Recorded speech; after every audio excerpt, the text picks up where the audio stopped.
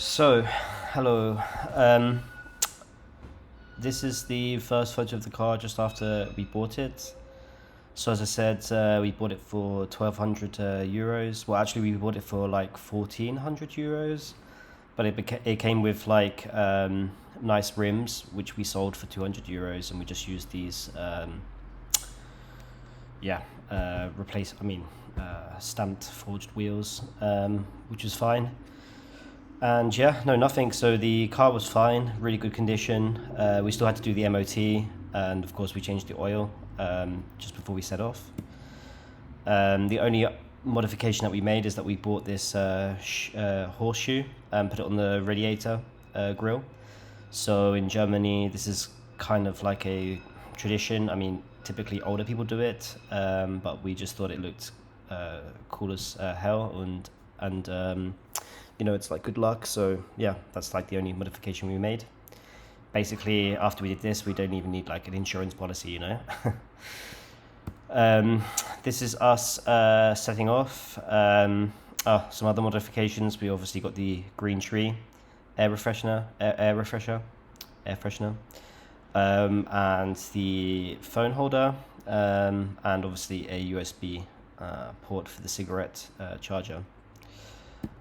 Oh yeah, this is a picture of the engine. As you can see, everything looks good. I mean, the car came from the first owner still. It was in his family for 20 years, and they always took care of it, as you can see.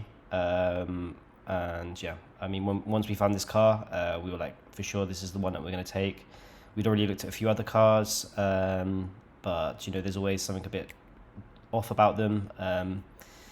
I mean, this car also has like a steel engine, which is really strong, and it's from like the 2000, and you can just feel the quality when you're like opening the door and stuff, and it's from the period where engineers actually run the company, not the accountants. So yeah, it's very good quality.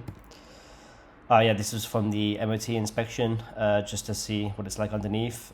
Basically, everything's fine. There was just this one thing that the guy pulled up here.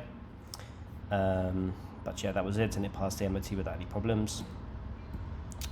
Yeah, this is when we set off. This was in Serbia. This is when we had to pay for parking tickets. Usually you can do it like on your phone, but only if you have like a Serbian bank account or something. So we had to buy each of these tickets, and set like each ticket is for like 1 hour, and we had to do it overnight. So yeah, we had all these tickets. It was a bit ridiculous. Yeah, exactly. That's the inspection, and this was the total kilometerage when we set off. So 277,000 kilometers on the engine when we bought it. Sounds like a lot, but yeah, as everyone knows, these engines can go up to like 500,000 kilometers, and I'm sure there's some out there with 1 million on them.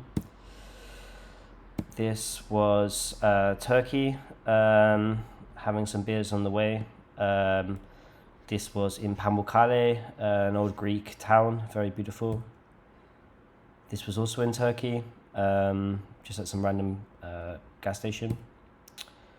This was Cappadocia, where they have the famous balloon rides. A photo of the car at Cappadocia.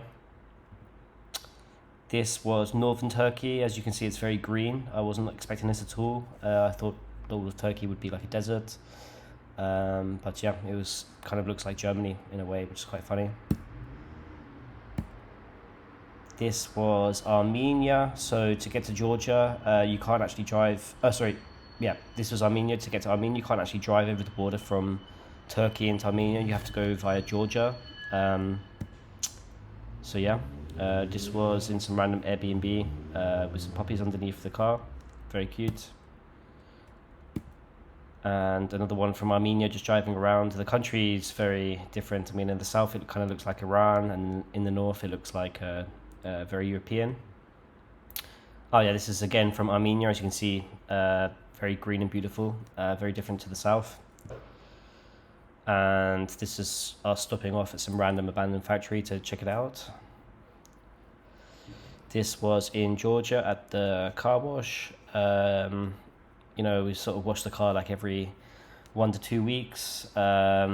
it's just a nice feeling after driving through the desert and you have all the bugs getting on the windshield. So yeah, you need to clean that off. Basically looks like new. I couldn't believe it. Yep, this was Georgia. So these countries are a little bit different. You can basically do what you want there. No comment. Yeah, this was in the Georgian mountains just before crossing over into Russia. As you can see, it's very early in the morning. Basically, with these places, you want to get to the border crossing at like around 6 a.m. I would say. Just so that, obviously at 6 a.m. there's not many people there yet, and then you have the whole day to get across the border. You definitely do not want to be stuck overnight. We had that a few times. I'll show you some photos later on. But yeah, this was us just before, I think, crossing the border. As you can see, I still look kind of happy and sane. This was just after. I got interrogated by the FSB for like 2 hours. Wasn't that much fun. They asked me if I was a spy, and it was only me that got interrogated. My friends were from Denmark, Portugal, and Germany. They didn't have any problems. It was only me that got interrogated. I'm from the UK. Yeah, this was the Georgia border just before crossing over. This was the piece of paper they gave us. If you put this in the magazine, please just blur out my details. Yeah, they have like this trade customs union with like Armenia, Kazakhstan, and a few other countries in Central Asia. So once you get into one of the countries, then you don't have to go through all this like registration stuff. Like this is basically a temporary registration so that you can drive your car in these countries. This is where the border started to get kind of corrupt. So it was really weird. Like on the Russian border, I had to fill out this form like I think like 10 times because I would like make a mistake, cross it out, and then write the correct thing next to it. But when I gave it to the woman, she said no, like you can't have any mistakes on it. And I was like, okay, that's a little bit weird. But yeah, basically what they want is for you to give them money so that they just say it's okay. They will like be very slow and inefficient until you give them money, and then they'll just let you straight through. But I only realized this like afterwards, after thinking about it, because it's just too weird, you can also see the value of the car there, 1,300 euros. Just another piece of paper they give you. Basically, they will give you these papers, and then when you leave the customs union, you have to give them back to them. So do not lose these pieces of paper. Like you'll have a lot of problems if you do. This was in a hotel in Russia, Hostelitsia, in Chechnya, which is very interesting. Yep. So you just see. We didn't see really many signs of the war when we were in Russia, but like you do see a few things like that and like a Z, and you see some like adverts like trying to get people to join the army. This was some random gas station. Just very very rural. Not much going on here. As you can see, the houses, like some of them are still like made out of wood and stuff, so it's kind of like going back in time 100 years. It was really interesting to see. We went to the Russian McDonald's. So as we all know, McDonald's had to sell all their chains in Russia, and it got taken over by some Russian businessmen.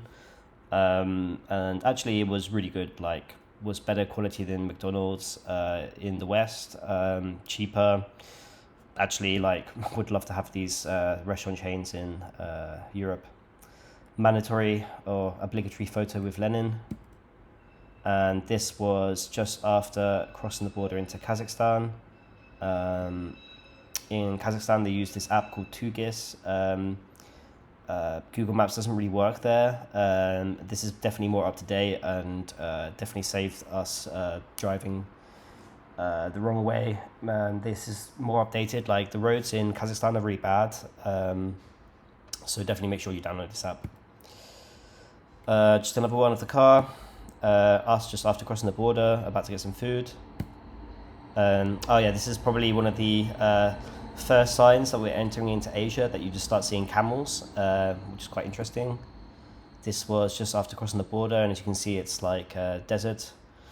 Um, yeah, trying to get to the first main city in Kazakhstan, and this was like typically representative of the roads, like just really terrible, basically. But the Mercedes could handle it, thank God. Yeah, so catching up on some sleep. I did mention it, but yeah, it took like 24 hours to cross the border into Kazakhstan. It was quite traumatic. I have some more photos coming up of the experience. This was like just some random car market where we bought like a 20 litre canister just in case we ran out of fuel for crossing the desert. And this was the desert, as you can see. Yeah, just nothing at all. I think in the background you can see like this is like an oil field basically. So they're all like the pumping stations. This is crossing the border from Kazakhstan into Uzbekistan. It's just a nightmare. Like this is the queue when we arrived. I think the actual border entrance is like a kilometer down the road. Everyone's trying to push in. It's just a complete chaos. This was us trying to like bribe our way through the queue, asking like if there's a tourist queue or like just trying to basically bribe them. This was like in the morning, so this was like I don't know, like 6-7 p.m. This was like 3 or 4 a.m. It's just a nightmare. You like move like I don't know 100 meters every hour or something, and yeah, it's not a lot of fun. You have to park your car like this to stop people pushing in. It's kind of cool in a way. Like there's a real sense of community with the other what do you call them, like border crossers, and yeah, everyone sort of works together to stop people pushing in. This is them arguing with the border guards to hurry up, basically. They got me out of the car. I don't know what they wanted and why they wanted to be there. I don't speak Russian, but yeah, as I said, it was a sense of community. Then this was like 9 a.m. A few hours later, finally crossed the Kazakhstani side, and now we're in like no man's land between Kazakhstan and Uzbekistan. It's just a complete dump, as you can see, and yeah, not fun times. This was just after crossing into Uzbekistan and finally making it. My friend got his drone taken away from him because you're not allowed to have it in the country. This was Uzbekistan after crossing the border. Another desert that we have to go over. It took like about 6 hours. Roads absolutely terrible. This is where we broke the exhaust. You'll see some photos later on. But yeah, absolutely amazing to just be in this place, planned it all on like Google Maps, and then you can like sort of like zoom in on satellite view, but until you're actually there, you can't quite believe it. Yep. This is one of the towns in Uzbekistan. It's called Khiva, very famous. It's from the Timurid Empire. Just absolutely beautiful, like something out of like I don't know what to say, a movie or something, but yeah, was typically representative of Uzbekistan. Like you wouldn't think it's a good country to visit, but it was probably my favorite second country that we visited. This was the exhaust that broke, as you can see. Wasn't the car's fault. It was just that the roads were really bad. There's like a bracket that holds these things together and then like holds them up into the car. And the road was so bumpy, we hit something and it just got torn off. We didn't realize it till like a couple of days later. I mean, we heard the engine was louder, and it also felt a little bit more powerful. But until actually taking a look underneath, we didn't realize. But yeah, that's just another one of it closer up. And we basically just went to some random Uzbekistani garage, showed the guy. Then he went with us around all these garages to try and find one that could fix it. In the end, we found this place. As you can see, you have all the old exhaust there, so it seems like the right place to be. And yeah, this is what they did. They just welded it together. Sort of asked how much it was. They gave us a price in whatever their Uzbekistani currency is, and we just basically pulled out a $10 note and said, "This is okay." Yeah, it was like giving him a bar of gold basically, and yeah, he said that was fine. So really cheap to fix. Just another one from one of these mosques in Uzbekistan, just absolutely beautiful. This was Tajikistan, just after crossing into it. Yeah, just very beautiful. Yeah, what can I say? Yeah, you have these mountains now. Very beautiful drive. This was Dushanbe, the capital of Tajikistan. Very beautiful. A lot of pollution, as you can see. Just weird stuff, really. Like a lot of nice buildings, but then a lot of them will be unfinished, like this, and a lot of them will be empty. Yeah, sort of. On the trip, we mainly used Google Maps, as you can see. It worked way better than Waze, and the only country where we used something else was, like I mentioned before, Tugis in Kazakhstan. Just our Airbnb in Dushanbe, just parked it down some dodgy street. Was not expecting the car to be there when we woke up in the morning. And another one of driving through Tajikistan, as you can see, just absolutely beautiful. This is just some roadside service station in Tajikistan. Absolutely beautiful, really good food. As you can see, we have some like beef stew there, and some bread and some salad. Really cheap, really good quality. And as you can see, you have these like typical huts where you sit in, have to take your shoes off. The guy shouted at me for having my shoes on, and no, really cool. Yeah, that's the service station. Yeah, they have sort of like a dictator there, so you see his photo everywhere. Yeah, this is interesting. This was crossing the border from Tajikistan back into Uzbekistan. This was like 2 a.m. I was super tired. As you can see, they have like this inspection thing here that you have to drive over. Yeah, I fucked up basically, and I drove into the hole, which was not a lot of fun. But instantly everyone started helping. Like I didn't even ask them; they just automatically went to the car, started helping, and I literally. I mean, luckily the car was rear-wheel drive. Otherwise, we'd been screwed. But yeah, just turned to did a full lock to the right, gave it some gas, and then managed to get out of the hole again. So problem averted, and the car was like, the car's such a tank. There's like absolutely zero damage to it. Yeah, I mean, just an amazing car all around, right? Yeah. So this was actually the same border. Again, get there at like 11 a.m. I think this time, and absolutely chocker. We seem quite close to the border here, but it would still like take, I don't know, like 2 hours to get over this point because there's always people cutting in. And then once you cross this point, you still have to wait another like 12 hours because it's, yeah, this is after the border and you can see it's just still going. I have like PTSD looking at these photos. Again, this is just the border here, so this was like, I don't know, like midnight now, after getting there at 11 a.m, so already like 13 hours in. Didn't even cross the border yet. This was in the no man's land between Tajikistan and Uzbekistan, the same border. Basically, you have to get your passport stamped by the Tajikis before you can then go back to the Uzbekistan, onto the Uzbekistan border. I started talking to this random guy in the queue, because there's actually a queue to get your passport stamped and it takes like an hour. And he was like, oh, it was some Tajikistani trucker, and he was just talking to me. I mean, everyone's going to talk to you at the borders because they don't see many Westerners. And he was saying, oh, do you have your passport stamped? And I was like, no. And he was like, I'll give me your passport. So I was going to my friends, I'll give him your passport, gave it to this guy. And then after I gave it to him, I was like, what the hell have I just done? I've just given my passport to some random guy. But yeah, basically I went with him and walked past the whole queue, he like waves to the policeman. He kind of knows the guy. And then he just goes around the back to the border guards. As you can see there, just gives them our passports. So here's like 4 stamps. And then he just gives them back to us. It was absolutely amazing. So yeah, corruption can be a good thing sometimes. This is still, the Tajikistani side, still in the no man's land, trying to get into the Uzbekistan border.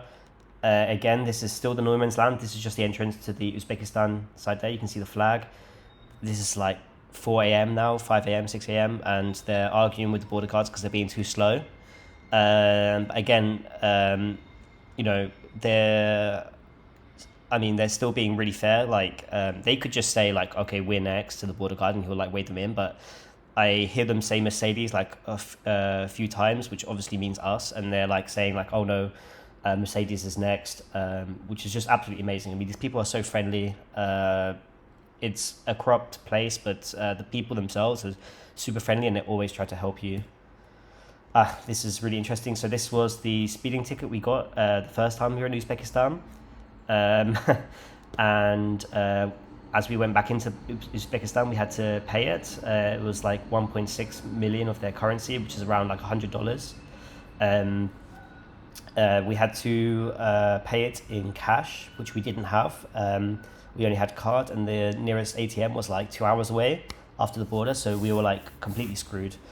Um, and we were asking like the border guard, what should we do, like we can't pay this, etc. And he was just asking like people behind us in the queue like if they could lend us some cash, and then we pay them back. And literally every guy he asked, like he asked 5 guys, all of them tried to like help us, but the problem is like they have like Russian bank accounts, and because of the sanctions we can't directly transfer them money. But luckily my friend, he's into crypto, he found a way to transfer this guy the money by his bank account, but the guy just gave us the money um, without like any assurance. You know, $100 is a lot of money for them, but they're all willing to help you. And yeah, of course we transferred him the money afterwards, and in the end it was okay. But after like crossing the border for 24 hours and then having to deal with this, it was like, very stressful. But yeah, made it into Uzbekistan again. Got some food afterwards, completely destroyed, as you can see. 24 hours, no sleep. We were just destroyed. This is Tashkent, the capital city of Uzbekistan. As you can see, very modern and developed. I mean, this is a country that borders Afghanistan, so I was completely surprised that the capital city is this developed. This was then crossing into Kazakhstan again from Uzbekistan. Another 24-hour border crossing. I think this was the last one that we did. But yeah, was just, again, no fun, 24 hours. This was the border where the border guards were asking me for money. Yeah, that was pretty stressful. At like 3 a.m., I finally get to cross into the Kazakhstan again at the border. The border guards start, all 3 of them get into the car with just me. The other guys were going through the passenger crossing. And then they all just start saying, money, money, like start shouting money at me. And I'm just pretending I don't understand what they're saying. I just played dumb, and then like after like half an hour they get bored and they let me cross. They will ask you for money, but you don't have to give it to them. Just refuse not to, and you'll be fine. Or play dumb, let's say. Back in Kazakhstan, just at some random roadside restaurant stop. We're now about to sell the car because we're in Almaty at the border with China. This is like, we asked some people where we should go to sell the car, and they told us to go to this car market here. This is basically like a used car market, so you can find all the parts you need for your car. The most sought after cars are of course German ones, so like if you have a Mercedes, BMW, or maybe even like a Japanese car, it will be really easy to sell your car in Kazakhstan. But if you have like like a Renault or something, no one's going to want to buy it. So this is also a nice thing of driving with the Mercedes, that people really wanted to buy it, especially with like the German registration and stuff. Just walking around the car market, as you can see, the first car we went to offered us like $400 for the car. They have to like pay import fees to like register the car in Kazakhstan, and the import fees are really high for the Mercedes because it's an old car and they want like one with like lower emissions. But in these countries there's always a way around these things. So and if you go to a place like this, they know what to do. So yeah, the first guy offers us $400, which was too low. So in the end, we just went to like many people and tried to get like them bidding for the car. And as you can see, this is like all the different people taking a look. And in the end, we settled on the price of 1,400 euros. And this is the guy that we sold it to here. Eljan is his name, I think. He's an MMA fighter, so it was a bit scary. But then we met his mum. And yeah, she's super lovely, and it was fine. I mean, these people like hard on the outside, but they have hearts of gold, you know. This was the deal. It's quite a stressful moment. We thought we were gonna get scammed. You know, they still tried to like haggle in the price in the end. I think we originally agreed €1,500, but then they tried to get it for €1,400, and then we said okay, fine. We still selling it for more than we bought it for. And yeah, this is the final photo. Made it to Almaty the day before we sold the car. And yeah, and at the end, 290,000 kilometers. I think at the beginning was 270,000 kilometers. So as you can see, it was like 20,000 kilometers in the end. And yeah, that was it.